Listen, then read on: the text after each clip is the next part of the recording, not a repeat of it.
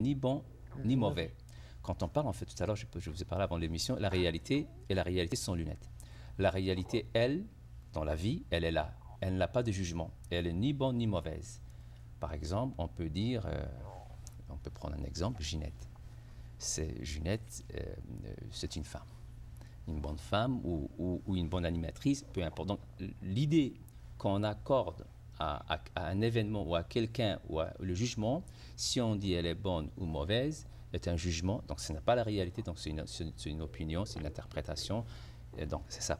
Mais la réalité, elle est là. Donc, la réalité, finalement, si on pousse cette idée plus loin, il reste qu'il n'y a rien qui porte des émotions. Finalement, tout se passe à l'intérieur. À l'intérieur. C'est toujours le jugement qu'on porte sur quelque chose qui fait en sorte que c'est bien ou c'est mal. Ou...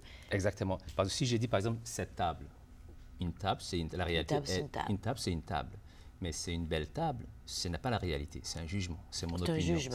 C'est la même chose avec une action. Par exemple, si j'ai fait un bon travail, ce n'est pas la réalité, le bon travail. Non, tu as fait un travail. Je fais un travail, point final. Puis on porte un jugement. On porte un jugement. Alors souvent, les gens, c'est qui amènent une confusion, et même dans le conflit, il y a quelques semaines, on parlait de conflit. Oui. Donc, le conflit, c'est la perception. Donc c'est le jugement, la perception de la réalité que nous-mêmes, on avait construit. Hein, des fois, quand on la prenne comme si c'était la seule vérité, c'est là où est-ce que elle Puis devient... si on pousse ça encore plus loin, on peut même dire que la mort, c'est rien. C'est le jugement qu'on a pas. On a peur de la mort à cause du jugement qu'on porte sur la mort. Exactement. En fait, j'ai une très bonne idée à associer quelqu'un qui a une maladie grave, mortelle. Oui. Est-ce que c'est bon ou mauvais? La réalité, elle est ni bonne ni mauvaise. Non. Elle est là. Une maladie, c'est une maladie. Une mort, c'est une mort. Un accident, c'est un accident. De toute façon, c'est des étiquettes qu'on met sur les choses. Exactement. Mais tout dépend l'idée ou la valeur qu'on accorde à ces choses-là. Et surtout, quand on aide quelqu'un pour faire face à une peur d'une maladie ou de la mort, on pousse la réflexion plus loin. Et l'approche émotivo-rationnelle fait en sorte que la personne, il compare sa peur avec la réalité pour voir si sa réalité... Oui, mais quelqu'un qui est atteint du cancer en phase terminale, on lui dit « tu vas mourir dans 6 mois ». Il a peur de mourir, mais qu'est-ce qu'on fait dans l'approche émotivo-rationnelle avec une personne qui est dans cette situation? Comment on peut lui faire prendre? On ne peut pas lui dire « tu vas guérir ». Non, pas du tout. La personne qui a peur de mourir, on va travailler avec sa peur. Sa peur de mourir. Sa peur de mourir. Alors, l'idée qu'il entretient de mourir, donc on verra ça avec ça. Et des fois, certaines personnes ont des fois des blessures dans le passé.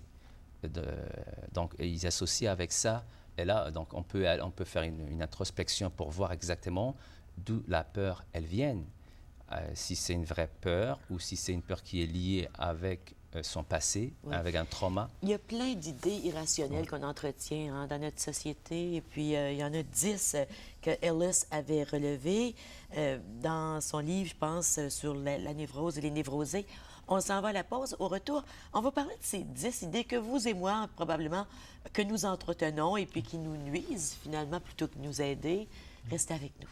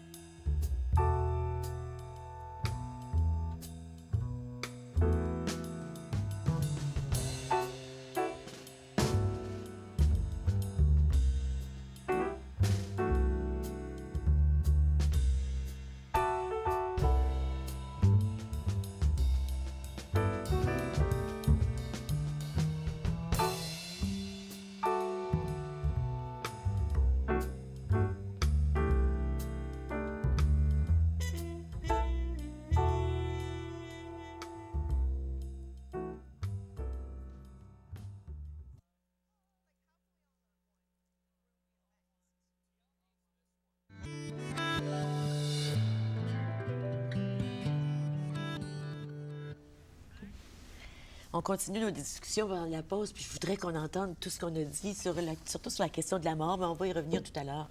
Parce que pourquoi avons-nous peur de mourir? Mais il y a des idées irrationnelles qu'on entretient dans notre société. Par exemple, on pense qu'il faut obtenir l'approbation ou l'amour de tous les gens qui comptent pour nous. Combien de fois entendons-nous des personnes dire « Ah, ben mon père, il m'accepte pas, il approuve pas ce que je fais », puis ça les rend très, très, très malheureux. Exactement. Et c'est ça, tantôt, c'est un bon exemple, l'autonomie émotionnelle. Quand quelqu'un atteint une autonomie émotionnelle, n'a pas besoin d'être approuvé par qui que ce soit. Même pas son père ni sa mère. Exactement, pas du tout. Pas du tout, tu n'as pas besoin. Une autre idée, c'est qu'on veut toujours se montrer très compétent, apte, capable de réussir. Et si on ne réussit pas, on pense qu'on a complètement manqué on a manqué notre coup, puis on se sent coupable, on se sent... Exactement. En fait, je pense que ça, on peut dire, c'est une des choses aujourd'hui dans notre société qui amène plus de problèmes. Même dans la vie de couple, même dans la vie familiale avec les enfants, même à l'école, la réussite. On veut pousser nos enfants pour qu'ils réussissent, pour qu'ils soient les premiers. On veut que notre partenaire, conjoint ou peu importe soit... Donc le succès est dans la société devenu aujourd'hui quelque chose qui est... On est devenu très compétitif. Donc on réussit. Pourquoi? Pour, en quelque sorte, améliorer la valeur personnelle. Et cette valeur personnelle que l'individu s'accorde à lui-même, elle souffre. Et quand elle souffre, c'est là où est-ce qu'elle va chercher le succès, la réussite, toutes ces choses-là pour se sentir à l'aise, alors que la personne ne s'en sentira jamais à l'aise. Et c'est là où est-ce qu'aujourd'hui on nous parle de plus en plus de la perfection. Donc si quelqu'un me dit un jour je suis perfectionniste, tout de suite, moi, ça nous donne des signes, ce sont des pistes comme quoi cette personne vit de la dévalorisation.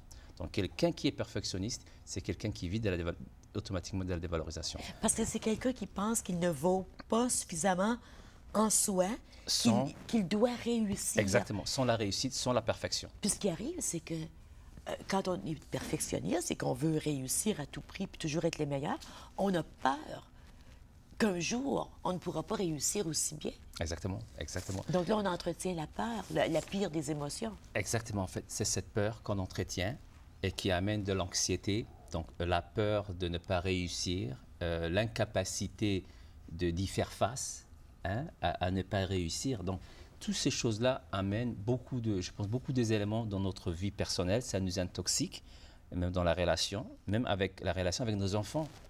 Alors que si on les acceptait, nos enfants, tels qu'ils les sont, et que nous ne sommes pas le maître, souvent le parent, ils se réjouissent quand leurs élèves réussissent. Mais qu'est-ce que ça veut dire réussir? C'est ça, qu'est-ce que ça veut dire réussir?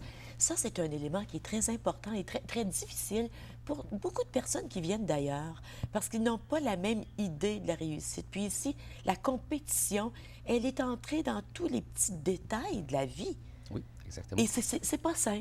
Oui, c'est pas du tout ça, c'est un poison. Et d'ailleurs, voilà, vous allez voir un enfant qui a réussi. Oui.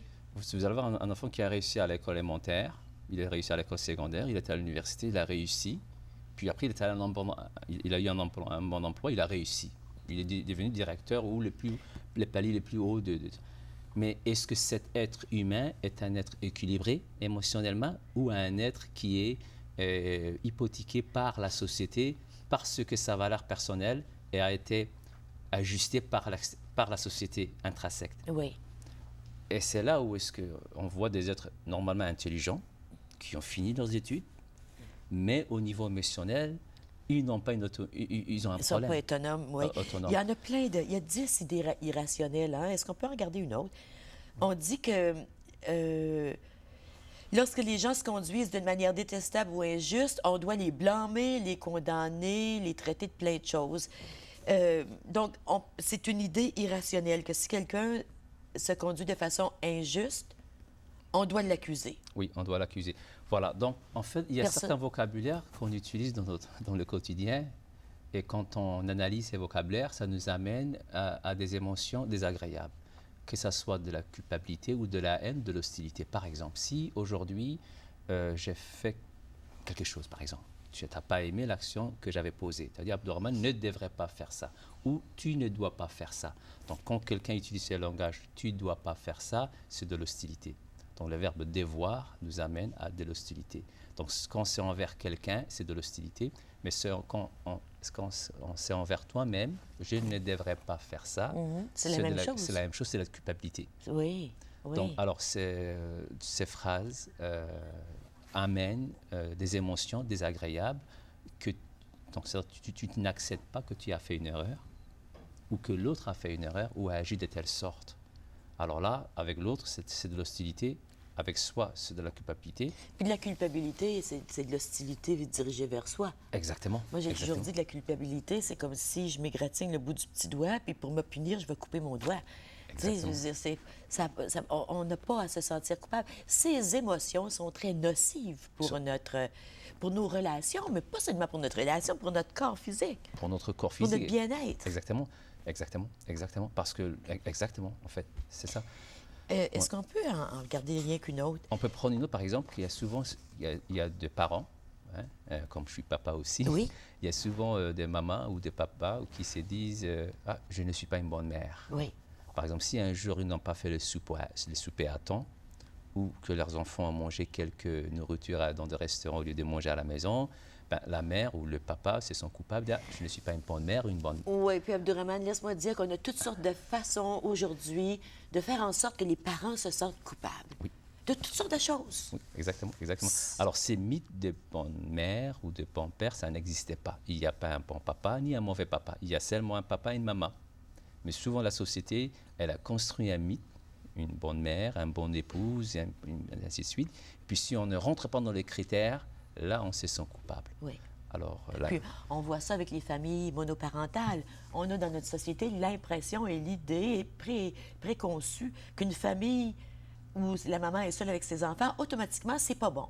exactement. Alors que c'est une étiquette, ce qu'on place sur cette famille-là. Oui. Ça peut être une relation très, très heureuse où tout le monde est parfaitement heureux. Exactement. Et regarde de l'autre côté, l'émotion opposée à cette culpabilité ou à l'hostilité, c'est-à-dire, c'est ce qu'on appelle l'acceptation. Accepter, c'est notre émotion.